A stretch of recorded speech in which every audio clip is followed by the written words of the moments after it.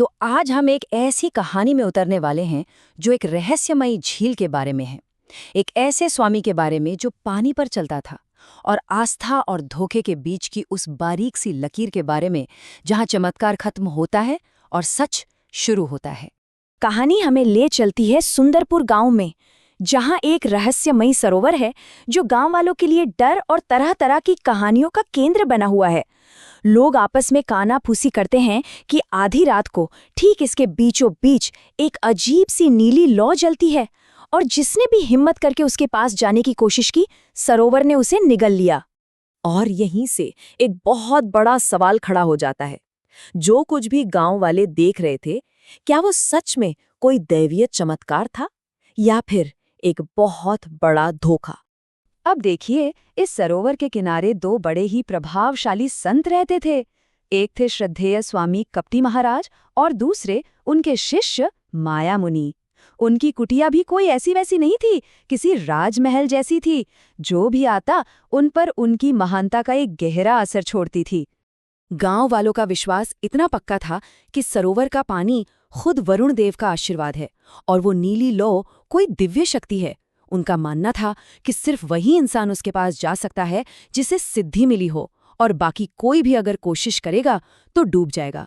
इसी विश्वास और डर के माहौल ने स्वामी के लिए अपना जाल बिछाना बहुत बहुत आसान कर दिया था। और इसी माहौल में गांव के जो जमींदार थे ठाकुर जगत सिंह, वो स्वामी का एक ऐसा कारनामा देखते हैं जो उनकी सोच से भी परे था, और बस वो पूरी तरह उनके काबू में आ जाते हैं। ठाकुर की हालत समझिए।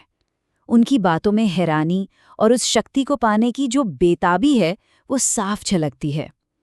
इस चमत्कार ने उन पर इतना गहरा असर डाला कि वो इसे हासिल करने के लिए कोई भी कीमत चुकाने को तैयार थे। पूरी भीड़ के सामने महाराज ने पहले तो ओम जल विजयाय नमः मंत्र का जाप किया, फिर धीरे से पानी पर अपना पैर रखा और बिना डूबे बड़े ही शांत भाव से झील के बीचों बीच उस दिव्य लौ की तरफ चल दिए। लेकिन इस चमत्कार की एक कीमत थी, और कीमत थी ठाकुर की पूरी संपत्ति। स्वामी ने इसे एक बड़ा ही भव्य नाम दिया, स्वर्ण आहुति। एक ऐसा अनुष्ठान जो उनके मुताबिक देवताओं को खुश करने और ठाकुर के पूर्वजों के पाप मिटाने के लिए बहुत जरूरी था। और ये कीमत कोई छोटी मोटी नहीं थी। सुनिए जरा, 50 किलो शुद्ध घी, 108 बनारसी साड़ियां और सोने के सिक्कों से ऊपर तक भरे हुए 5 सोने के कलश। ये लिस्ट साफ साफ दिखाती है कि स्वामी के आध्यात्मिक दिखावे के पीछे कितना गहरा लालच छिपा था। और फिर जब ठाकुर अपना सब कुछ लुटा चुके थे, तब असली जाल बंद हुआ। स्वामी ने बड़े ही आराम से कह दिया कि उनका बलिदान फेल हो गया। हाँ, भगवान ने भेंट तो स्वीकार कर ली, लेकिन चमत्कार का रास्ता हमेशा के लिए बंद कर दिया। बेचारे ठाकुर के पास अब कुछ नहीं बचा था। लेकिन कहानी में अब एक मोड़ आता है। एंट्री होती है ठाकुर के छोटे भाई विक्रम की। वो शहर से लौटा है, वैज्ञानिक सोच रखता है और अपने परिवार को बर्बाद और पूरे गांव को इस अंधविश्वास में डूबा हुआ पाता है। विक्रम ने किसी चमत्कार पर नहीं बल्कि तर्क पर भरोसा किया। उसने एक बहुत ही सीधा सा सवाल पूछा जिसने पूरी कहानी का रुख ही बदल दिया। कोई इंसान सच में पानी पर चल कैसे सकता है? सच का पता लगाने के लिए विक्रम ने जो किया वो कोई और करने की हिम्मत नहीं कर सकता था। वो रात के अंधेरे में उसी रहस्यमयी सरोवर में कूद गया और पानी के नीचे उसे जो मिला उसने सब कुछ साफ कर दिया। तो पूरा रहस्य खुल चुका था। पानी की सतह से बस 2 इंच नीचे लकड़ी के चौड़े तख्तों से बना एक छिपा हुआ पुल था, और वो दिव्य नीली लौ वो और कुछ नहीं, बस फॉस्फोरस का एक फेंका हुआ पत्थर था जो हवा के संपर्क में आते ही अपने आप जल उठता था। चमत्कार का पर्दाफाश हो चुका था। अब अगली पूर्णिमा की रात आई। स्वामी फिर से अपना वही नाटक करने के लिए तैयार था, लेकिन इस बार विक्रम पूरे गांव के सामने उसे चुनौती देने के लिए खड़ा था। विक्रम की चुनौती बहुत सरल थी, लेकिन बहुत गहरी भी। एक ऐसा तार्किक सवाल जिसने अंधविश्वास को चारों तरफ से घेर लिया और स्वामी को भागने का कोई रास्ता ही नहीं दिया। और जब गांव वालों ने अपनी आंखों से धोखे का सबूत देखा ना, तो सब कुछ बदल गया।